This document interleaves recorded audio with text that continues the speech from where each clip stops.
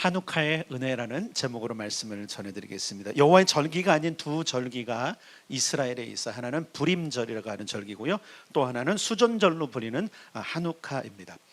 불임절은 에스더서가 배경이죠. 바벨론에 끌려갔던 이스라엘 백성들이 하만이란 자의 꾀에 빠져서 전부 죽을 수밖에 없는 그런 상태에서 건짐을 받은 날을 기념한 날이 불임절입니다. 수전절은 성경에는 딱 한 군데 수전절이라는 단어가 기록되고 나오지 않아요. 근데 제가 오늘 수전절 설교를 하는 겁니다.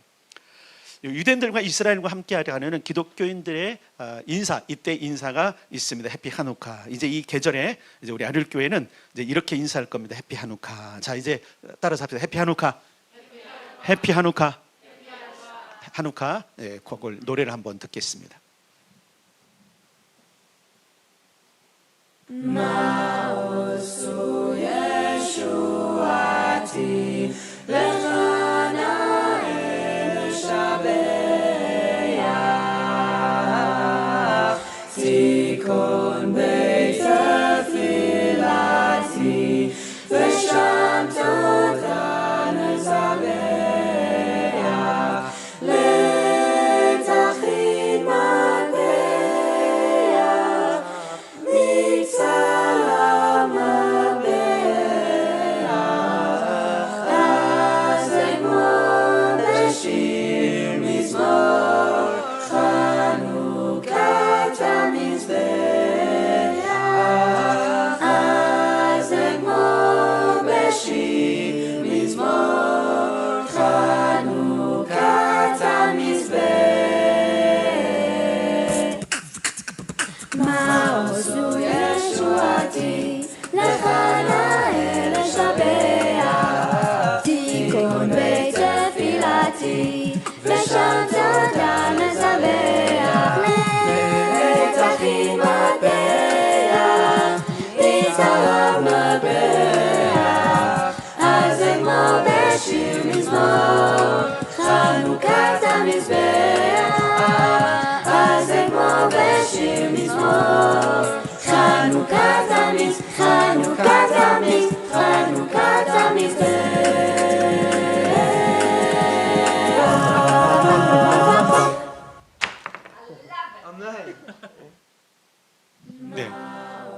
네, 됐어요. 여기까지. 한우카에는 많은 노래들을 부르는데 그 중에 하나를 여러분들에게 들려드렸습니다. 화면을 잘 보셨죠? 네, 그 나오는 장면들이 한우카에 일어나고 있는 일들을 이제 보여드렸어요. 한우카는 히브리어로 봉헌이란 뜻이 있어요. 결국은 이게 뭐냐면 수전절인데 지킬 숫자, 집전자, 절기절자를 쓰는데 그것은 집을 지켰다, 성전을 지켰다는 의미지만 사실은 지킨 것보다도 다시 하나님께 올려드렸다, 이렇게 그러니까 생각하면 돼요. 성전을 지켜야 하는 날, 그리고 성수의 등불을 다시 켠 날이라고 해서 빛의 날이라고도 이야기합니다. 그러니까 빛, 여러분 아까 촛대를 보셨죠, 그죠? 촛대에 불을 켜고 그러니까 초에도 불을 켜는 모습을 봤을 거예요. 수전절의 기록이 아까 성경에 한 군데 딱 나온다 그러는데 요한복음 10장 22절에 보면 예수님께서 수전절에 성전에 올라가셨다. 요 딱 한 구절이에요. 한 구절이에요. 그런데 수전절에 관한 것은 이렇게 우리가 정경으로 받아들이는 이 성경이 한번 기록되어 있지만 마카비서라고 하는 우리가 이야기하는 외경이라는 책이 있어요. 여러분 공동번역서라는 성경을 가지고 계신 분들은 혹시 예전에 공동번역서 가지고 계신 분 있어요? 그 공동번역서를 보면 맨 뒤에 공동번역이 뭐냐면 캐톨릭과 우리 기독교가 같이 번역을 하셔서 공동이에요. 근데 개신교와 캐톨릭이 같이 번역해서 공동번역서, 이게 몇 년도인지 모르면 한 70년대쯤 나온 것 같아요. 꽤 오래돼서요.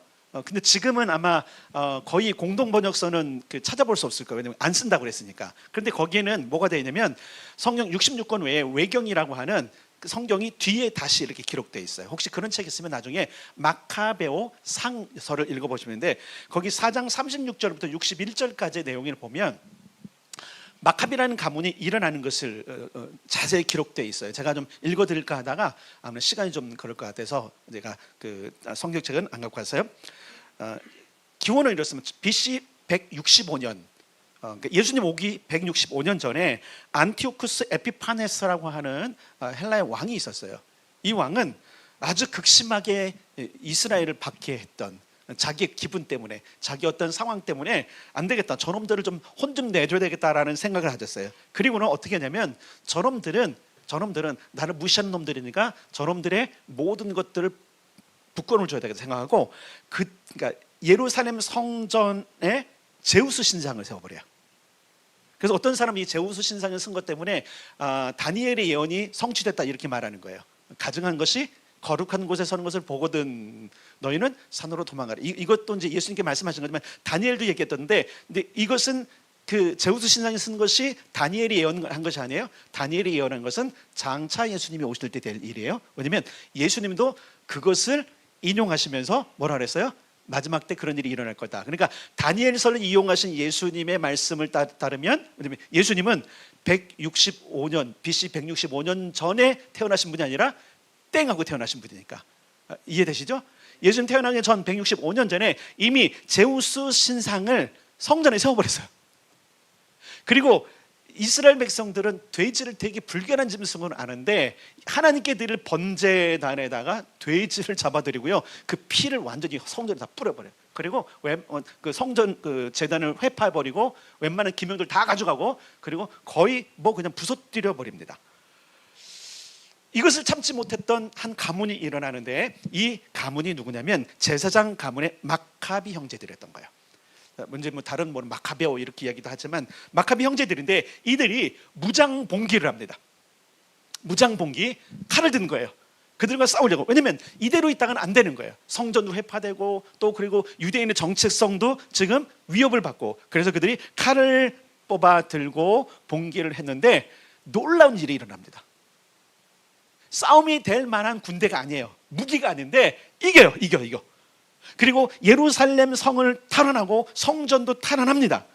그리고 정화 작업을 시작하는데, 그때 어떤 정화 작업을 하냐면 이제 번제단을 다시 쌓고, 더러지고 회파됐으니까 그거를 다 갖다 버리고, 그리고 새로운 다듬지 않은 돌로 다시 번제단을 쌓고, 그 다음에 성소에 들어가서 성소를 깨끗하게 한 다음에 떡상을 놓고 분향단을 놓고 등대를 세워서 드디어 거기다가 불을 켜게 되는 겁니다. 그 불을 켜게 된다는 얘기가 뭐냐면 이제 하나님을 향한 예배와 이스라엘 향한 하나님의 비추심이 다시 시작됐다는 것을 알리기 때문에 그런 거예요.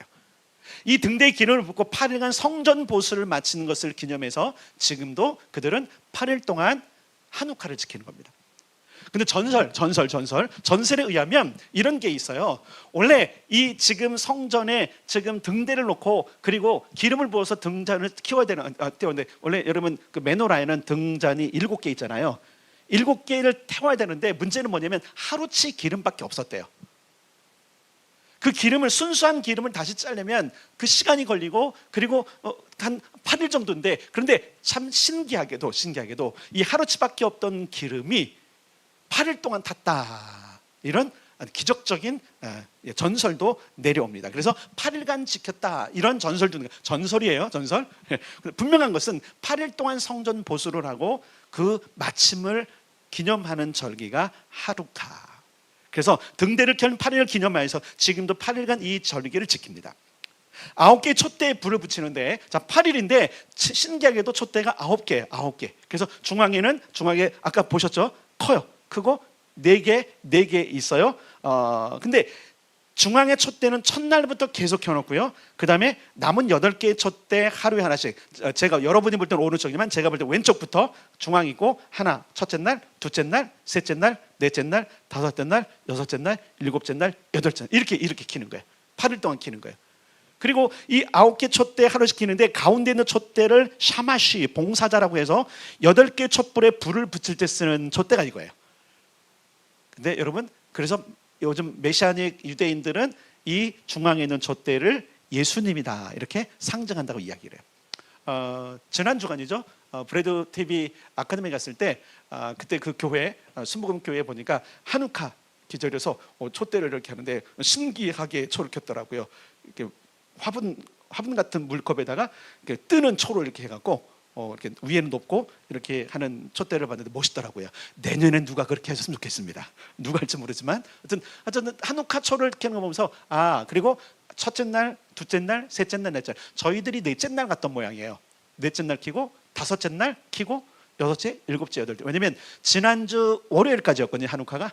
실제적으로는 지난 주간에 완전히 지난 주간에 엊그저께 지난주가 엊그저께 월요일 이번 주 월요일 끝나는 날이었고 그 전주부터 시작해갖고 한우카가 8일 동안 진행됐습니다. 그리고 기억할 게 있어요.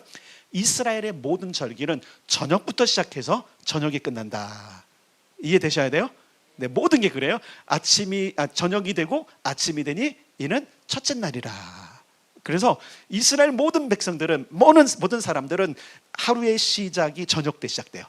첫째 날. 그래서 저녁이 되고 다시 또 저녁이 되고 이런 것들을 합니다. 이 시기에 팽이를 돌려요. 팽이 돌리는 거 아까 보셨어요? 네, 막 지나가는데 팽이를 돌리고 그리고 이때는 특별히 튀긴 음식들을 먹는답니다. 아이들이 먹는 거 보셨죠?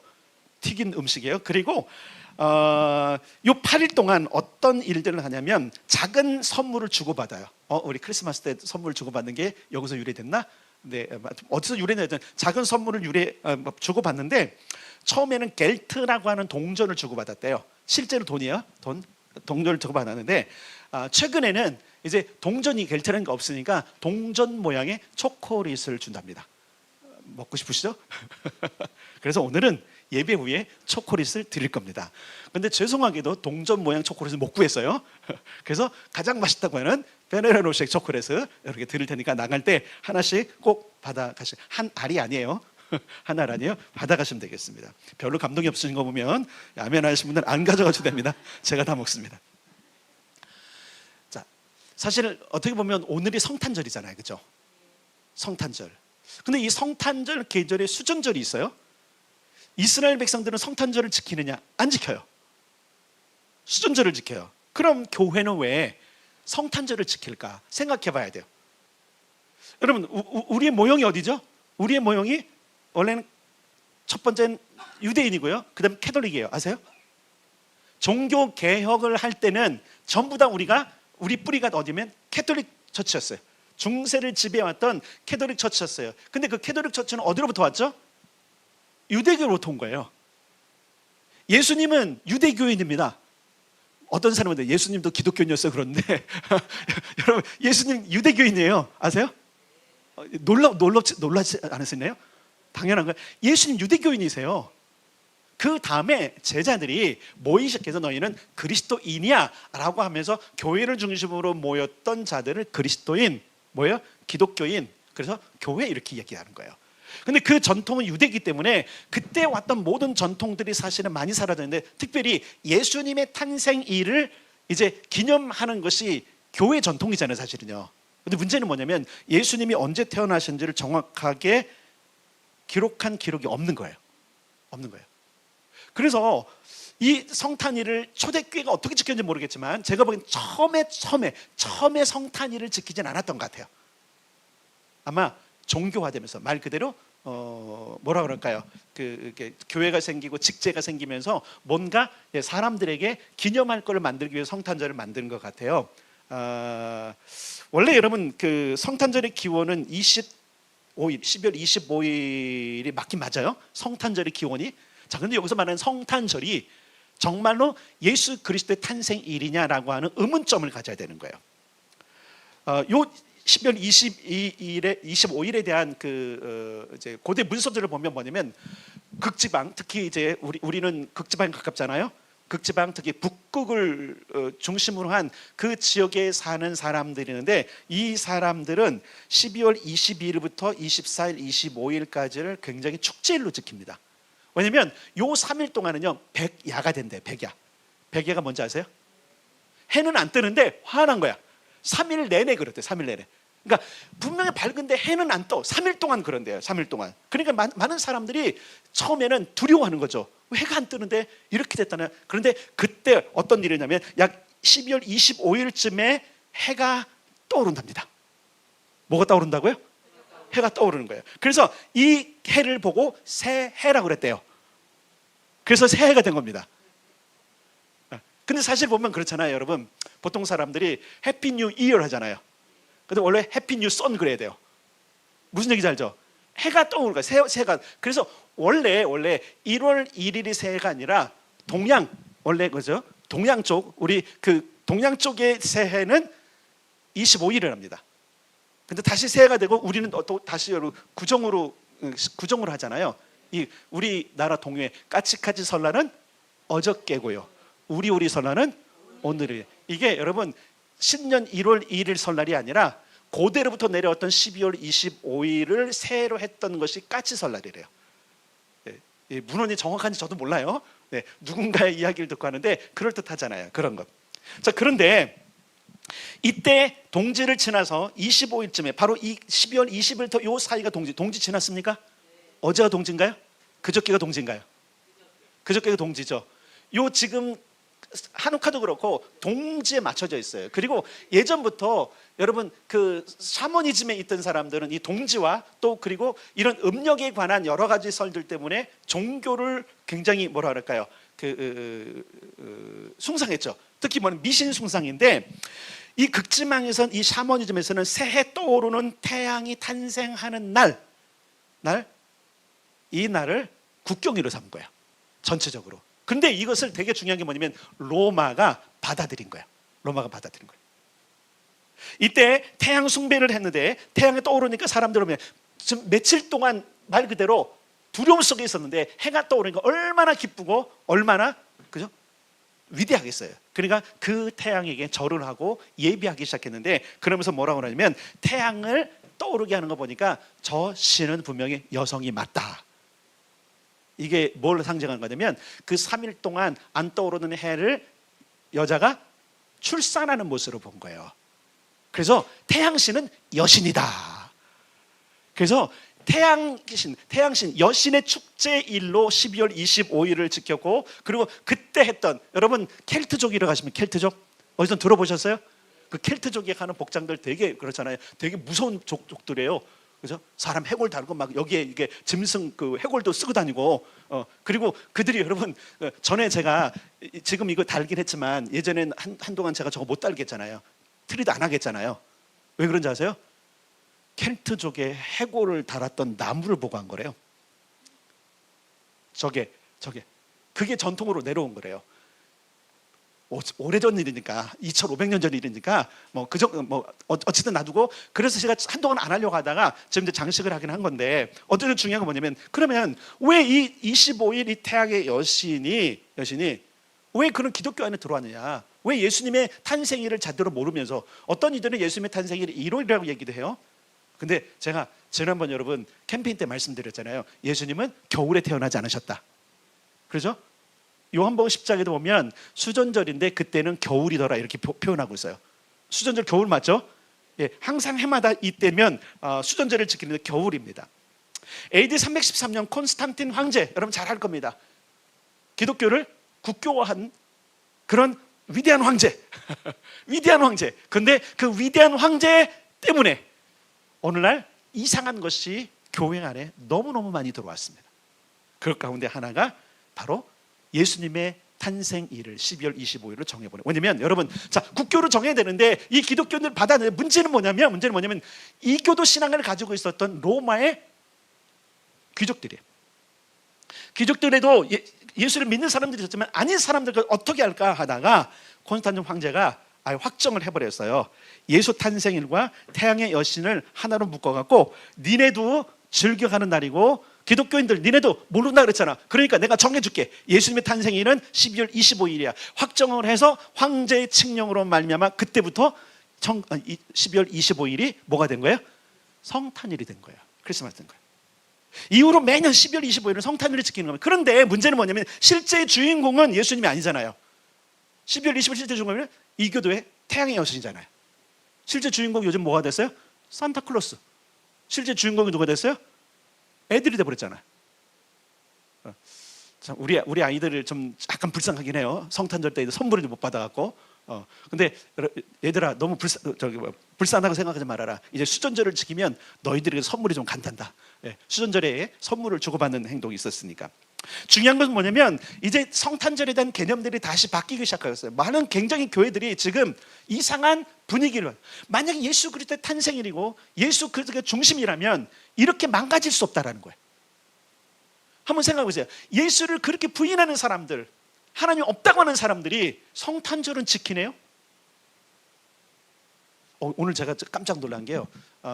제가 오늘 좀 다이소를 갈 일이 있어갖고 다이소 몇 개를 좀 아침에 돌아다녔는데 결국 이제 이마트 있는 다이소도 갔어요. 이마트 다이소를 가려면 어디를 지나가려면 뭐죠, 패밀리 뷔페 같은 거 뭐죠 이름이? 예?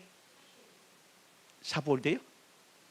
애슐리 근데 줄을 쫙 섰어. 사람들이 10시밖에 안 됐는데, 와, 그랬더니 예약 손님들이래. 자기들끼리 예약줄이라고 그러고 안주라고 그러는데, 그래서 야, 그래 오늘이 노는 날은 맞구나. 노는 날은 맞구나. 가족이 외식하는 날, 연인들끼리 선물을 주고받는 날이 뭐가 돼버렸어요? 성탄절이 돼버렸어요. 네, 우리가 그거 봤잖아요. 그래요? 그래서 여러분, 성탄절에 예수님께 예배하고 하는 것보다 더 여러분들이 관심을 가졌던 게 뭐예요? 누가 선물을 주나. 바뀌었죠. 주객이 전도됐죠. 여러분, 12월 25일 성탄절은 예수 그리스도 탄생일이 아닙니다. 다시 말씀드립니다. 예수 그리스도 탄생일은 아니에요. 오히려 수전절 한우카를 기념하기 좋은 날이 이때예요. 그러니까 여러분, 교회도 이제 새로운 절기에 대한 연구가 좀 필요해요. 연구가 필요해요. 자, 우선 한번 생각해 봅시다. 예수 그리스도 탄생일은 12월 겨울이 아니었다는 사실을 여러분들에게 분명히 말씀을 드릴게요. 예수님은 장막절인 가을에 태어나셨습니다. 자, 그것을 얘기할 건데, 자, 26절을 봅시다. 26절.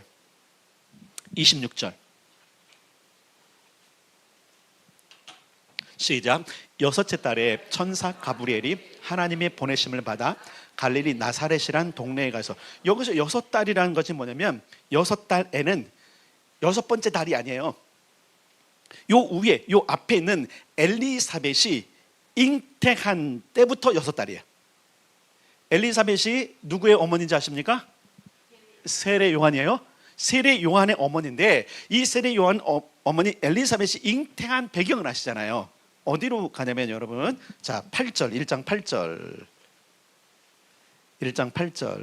9절까지 시작. 마침 사가랴가 그 반열의 차례대로 하나님 앞에서 제사장의 직무를 행할세 제사장의 전례를 따라 제비를 뽑아 주의 성전에 들어가 분향하고. 아멘. 어떻게 한다고요? 반열을 따라 제사장의 직무를 따라 그 모든 성전을 분향하는데, 요 지금 사가랴가 누구의 남편이에요?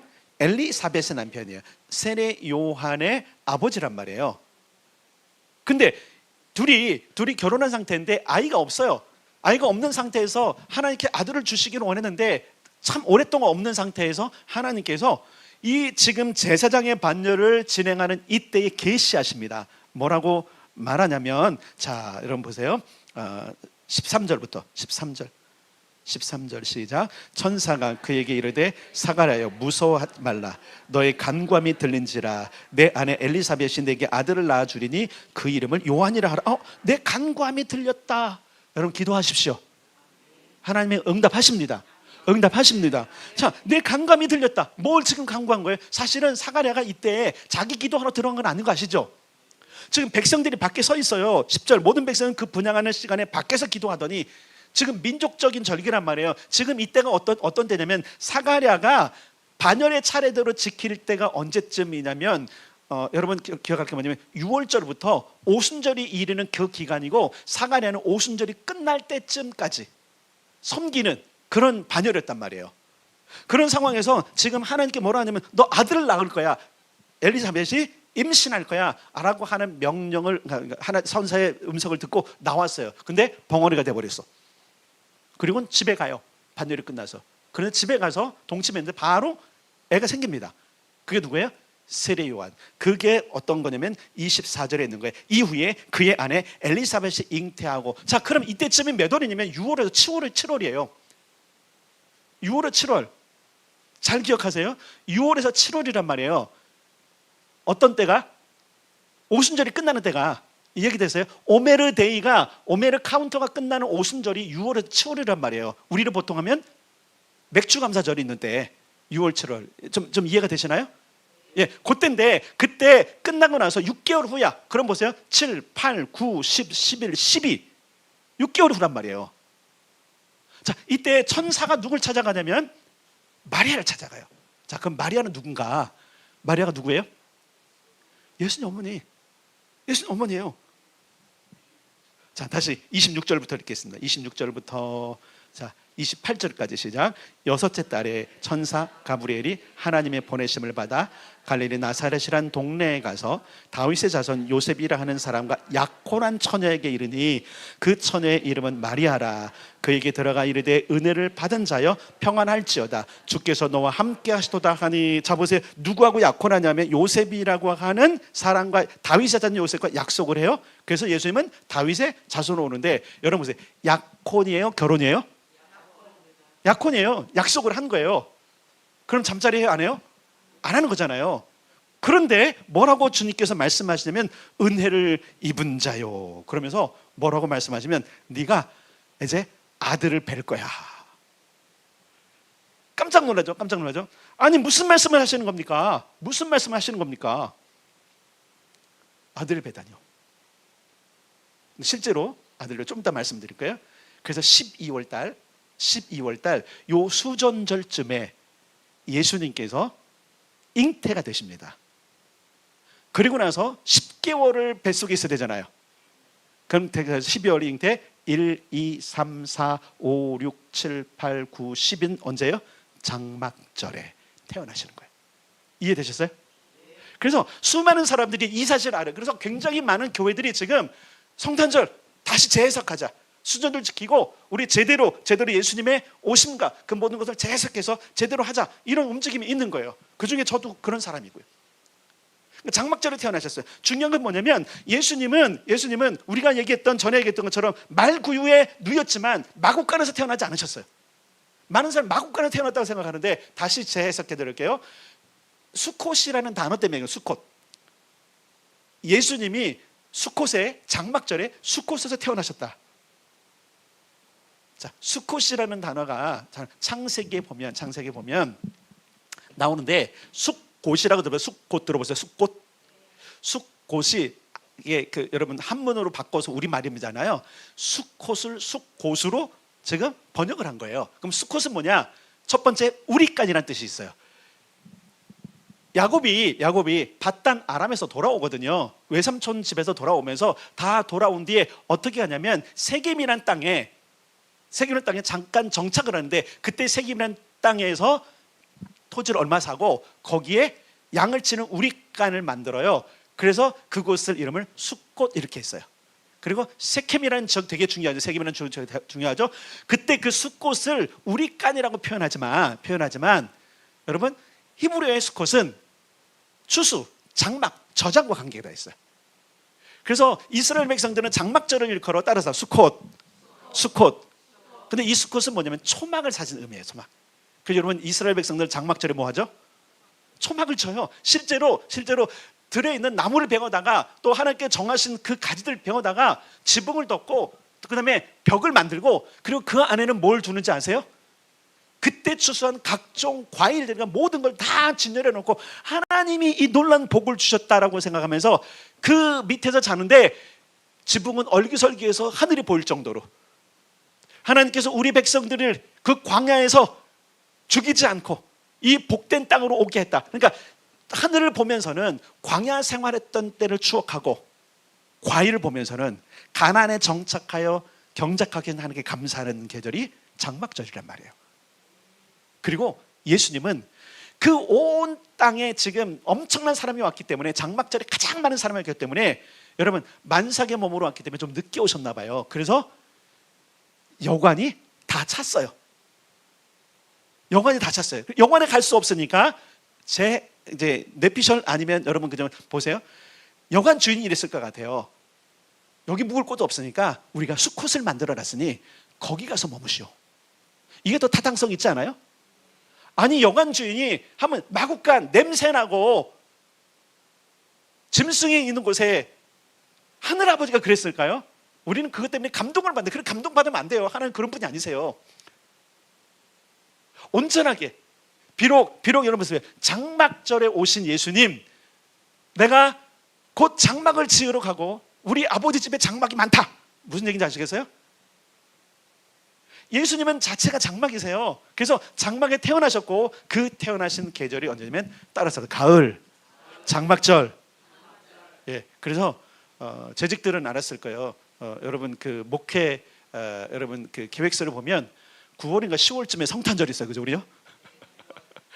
성탄절을 거기다 넣어버렸어요, 제가. 네. 뭐 남이 뭐라고 말든, 네, 나는 그렇게 믿기 때문에 성탄절. 콘스탄티누플 황제가, 네, 그렇잖아요. 313년에 자기가 여러분 칙령을 내렸잖아요. 아무도 모르는 것. 네. 내가 그거 따라야 돼요? 언제적 사람인데. 그래서 우리 내년부터는 성탄절은 9월에 10월에 지킵니다. 그리고 12월에는 수전절을 지킵니다. 자, 그런데 여러분 이 12월 25일 어간의 이 계절에 예수님의 일생 중 아주 중요한 날이라는 사실을 기억해야 할 게 뭐냐면 이때 잉태되셨다 그랬잖아요. 근데 빛의 계절이잖아요. 근데 예수님은 뭐라고 그러세요? 예수님은 오늘 우리가 빛에 대한 찬양했잖아요. 예수 우리들의 밝은 빛. 예, 빛.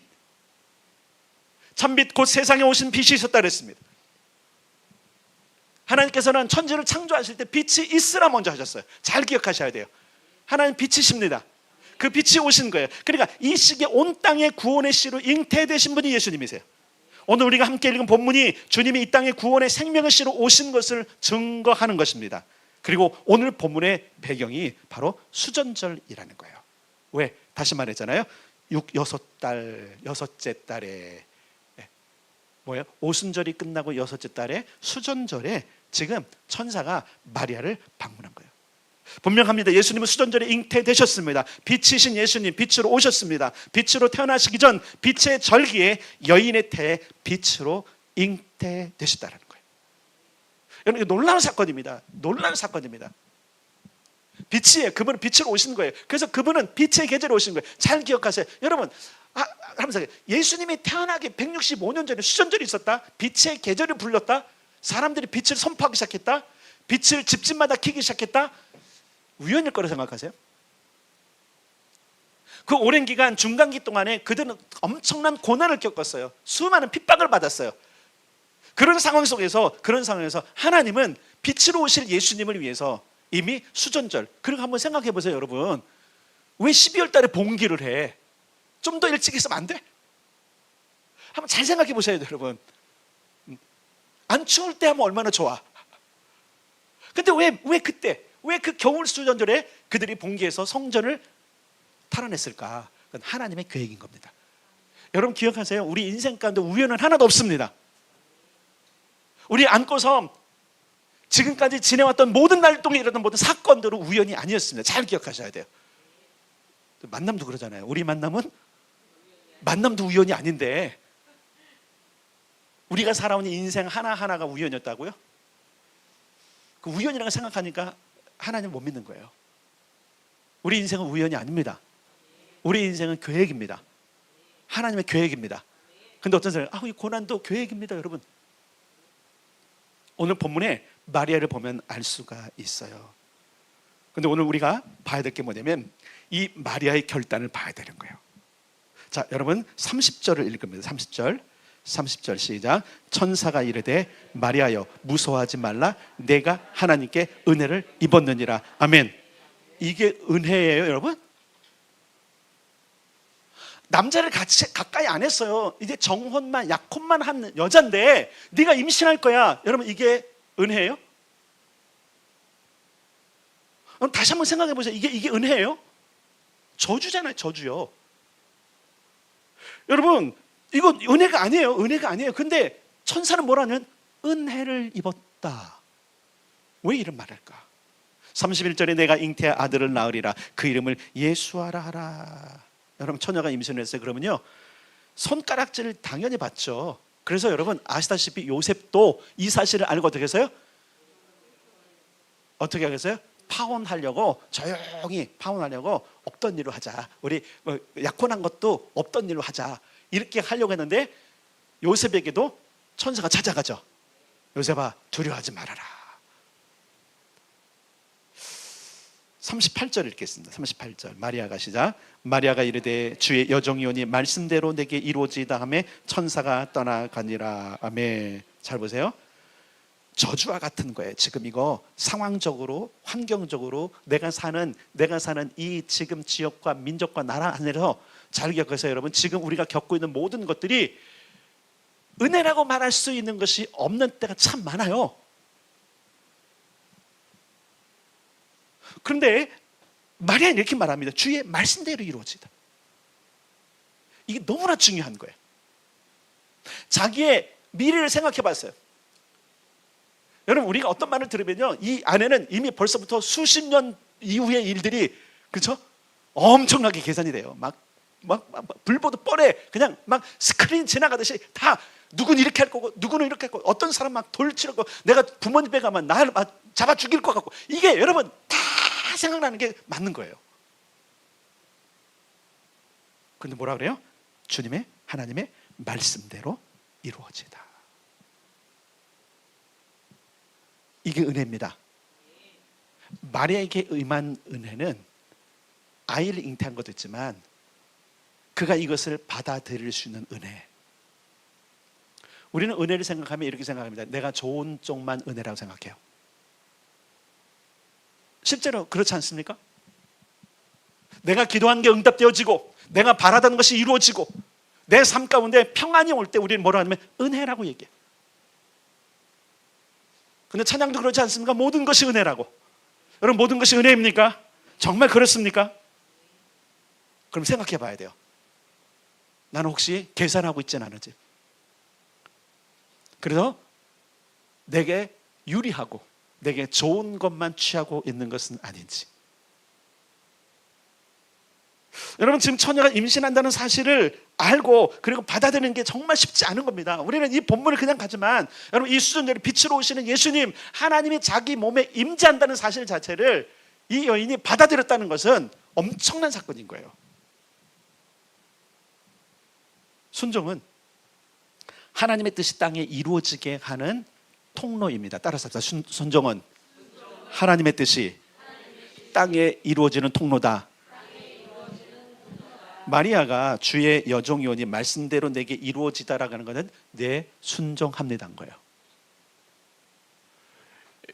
여러분, 이거 한번 잘 생각해 보셔야 돼요.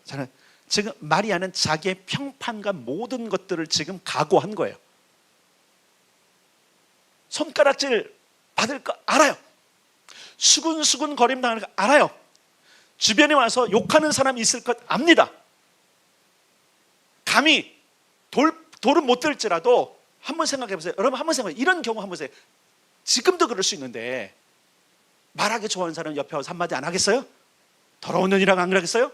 창녀 같은 년이랑 안 그러겠어요? 당연히 합니다. 근데 이게 은혜래요. 우리가 생각하는 차원의 은혜와 다른 거예요. 우리는 어느덧 우리가 편한 것, 우리의 소원을 이루어지는 것이 은혜라고 생각했어요. 그거 내려놔야 됩니다. 그거 내려놓지 않으면요, 새 출발 안 돼요. 갱신이 안 돼요. 마카비의 순종을 볼까요? 마카비, 생명을 건 무장봉기에 여러분, 그냥 편안히 살아도 돼요. 제사장 가문이니까 얼마나 많이 있으면 돌보겠습니까? 그리고 자기 그냥 영역 지키고 조금 기다리면 뭔가 되겠지 하고 기다려도 되는 사람들이에요. 사회적 지위도 있고요, 손해볼 게 없는 사람들이란 말이에요. 근데 마카비가 일어납니다. 그것도 목숨을 걸고 일어납니다. 왜 그랬을까요? 제사장이잖아요. 뭘 알고 있어요? 하나님의 뜻, 하나님의 마음, 하나님의 계명을 그가 알고 있던 거예요. 하나님의 전, 영원히 내 이름을 두겠다고 했던 그 전이 회파되고 더럽혀지고 그 이민족은 고난을 당할 때에 과연 내가 이대로 있으면 좋겠는가라고 하는. 얼마 전에 저는 이제 에베소서를 강의하면서 우리가 싸우는 것, 우리는 기도라 그랬어요. 우리는 봉기가 아니라 그랬어요. 그건 우리의 부르심이에요. 여러분, 우리의 부르심이에요. 잘 기억하셔야 돼요. 어떤 사람이 만약에 마카비 같은 감정과 마카비 같은 부르심을 가야 돼. 그쪽으로 가셔야 돼요. 근데 저희의 부름은 그게 아니에요. 우리는 끝까지 이 기도 처소를 지켜야 되고요. 누가 안 뭐래도요, 누가 와서 목을 베도요, 여기 앉아 있는 거예요. 여러분, 그거 있잖아요. 그게 순종인 거예요. 수근거리지 않겠습니까? 한번 생각해보세요. 지금 이 세상에 만약에 제 설교를 많은 사람이 듣고 저하고 좀 반대된 생각이 드는 사람 얼마나 욕하겠습니까? 저것도 목사라고. 교인들 지금 해갖고 이럴 때 민족으로 해서 일어나지 않고 니네 기도만 한다고? 여러분, 그 평판을 각오하고 설교하는 거예요. 평판을 각오하고 하는 거예요. 여러분, 마카비를 보십시다. 그가 생명을 걸 만큼 했던 이유가 뭐예요? 하나님의 뜻을 이루기 위한 거예요. 안전한 삶보다 토라와 성전을 통한 하나님의 은총이 흘러가기를 원했던 그 갈급한 마음, 마치 여기 마리아처럼 주의 말씀대로 이루어지이다라고 하는 거예요. 다시 한번 우리들의 순종을 살펴봅시다. 좋은 것만 따르고 취하려는 이기적 순종은 아닌지. 순종은 반드시 희생이 필요한 거예요, 여러분. 보통 많은 사람이 순종 되게 쉽게 생각하는데요, 물론 어렵게 생각하기도 해요. 순종은 여러분 희생할 때 가능한 거예요. 그냥 할 수 있는 건 순종이 아니에요. 그냥 그거는 하면 되는 거예요. 근데 순종은 진짜 이 마음속에서부터 갈등이 일어나고요, 이 입에서부터 불평이 나올 수밖에 없고요, 몸이 반응을 안 할 수 있는 상태인 거예요. 더 편해지고 싶고 더 좋은 것을 취하고 싶은, 더 좋은 걸 누리고 싶은 그런 상황이 우리의 상황이라면 우리는 오늘 본문과 마카비 하누카의 그 배경을 통해서 충분한 교훈을 받아야 됩니다. 다시 말합니다. 순종에는 반드시 대가가 따릅니다. 값, 희생을 치러야 합니다. 우리가 값없이 받은 은혜에는 평판을 두려워하지 않는 마리아의 값을 치른 순종이 있었기 때문에 누리는 은혜입니다. 이스라엘의 성전을 회복하여 누린 은혜에는 마카비 가문의 목숨을 담보로 한 토라 말씀의 순종이 있었기 때문에 누렸던 것입니다. 오늘 하나님께서 우리에게 뭔 걸 요청하신다면 여러분 어떻게 하시겠습니까? 우리는 말로 합니다. 예, 순종하겠습니다. 근데 대가를 안 치러요. 그럼 순종이 아닙니다. 희생을 안 해요. 그것은 순종이 아닙니다. 말로만 하는 순종은 순종이 아닙니다. 따라서 하겠습니다. 순종은 반드시 값을 치러야 한다. 여러분, 예수 그리스도의 생명의 값을 치른 순종이 있었기 때문에 오늘 우리가 구원을 누리는 겁니다. 영생을 얻은 겁니다. 근데 이것을 우리가 잊어버리고 우리는 항상 뭘 해요? 은혜를 누리기만을 원한다면 우리는 지금 가짜 신앙에 속고 있을 수도 있습니다. 하나님의 은혜를 위해 오늘 우리는 희생, 값을 치를 각오를 해야 합니다. 여러분의 희생을 각오한 순종이 오늘부터 미래를 새롭게 할 것입니다. 여러분의 값을 치른 순종은 여러분의 자녀에게 하나님의 넘치는 은혜를 경험하게 할 것입니다. 그러므로 희생합시다. 그러므로 순종합시다. 이 땅에 자기를 희생하기 위하여 오신 빛 대신 예수님을 기념하는 이 날에 우리도 희생합시다. 우리도 순종합시다.